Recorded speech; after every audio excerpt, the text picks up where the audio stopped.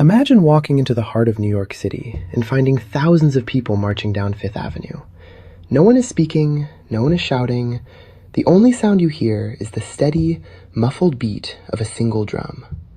This was the Negro Silent Protest Parade of 1917. It was one of the first mass civil rights protests in American history, and its participants discovered that sometimes silence can be louder than a riot. To understand why they marched, we have to look at the horrors of the American landscape in 1917. Lynchings, extrajudicial murders driven by racial hatred, were skyrocketing. In Waco, Texas, a mentally impaired 17-year-old named Jesse Washington was brutally tortured and lynched in front of 15,000 cheering onlookers. In Memphis, L. Persons met a similar horrific fate.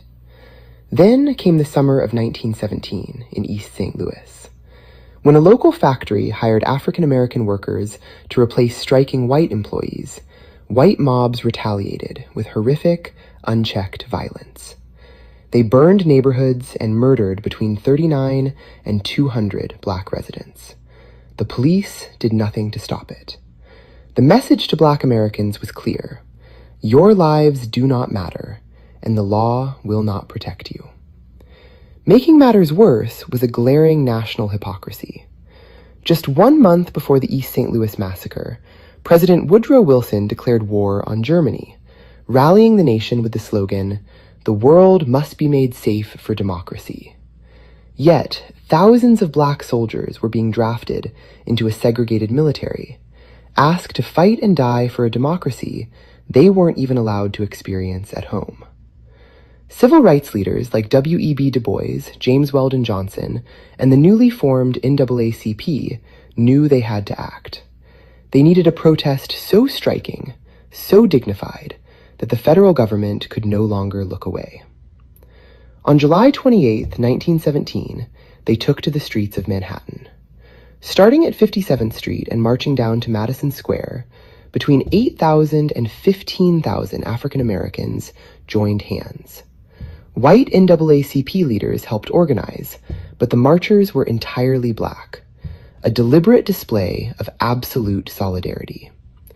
They handed out flyers to the stunned white onlookers lined along Fifth Avenue. The flyers were titled simply, "Why We March." It read, "We march because we want to make impossible a repetition of Waco, Memphis, and East St. Louis." The silence was a brilliant rhetorical weapon. It stood in stark, elegant contrast to the savage, roaring violence of the lynch mobs. It forced America to look at the dignity of the people they were terrorizing. The organizers hoped the parade would force President Wilson to pass federal anti-lynching laws. At the time, Southern states refused to prosecute lynch mobs under state murder laws, and the federal government claimed it lacked the jurisdiction to step in. Wilson ignored them.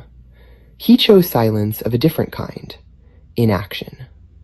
In fact, the federal government wouldn't pass a federal anti-lynching law for another 105 years, when the Emmett Till Anti-Lynching Act was finally signed into law in 2022. But the silent parade of 1917 was not a failure. It birthed the modern civil rights playbook. It proved that mass public demonstration could capture the eyes of the world. Long before the March on Washington or Selma, these citizens laid the groundwork, proving that when the oppressed stand together, even their silence can shake a nation. The history of the fight for civil rights is full of moments we are never taught in school. If you want to make sure these stories aren't forgotten, hit that like button, subscribe, and share this video.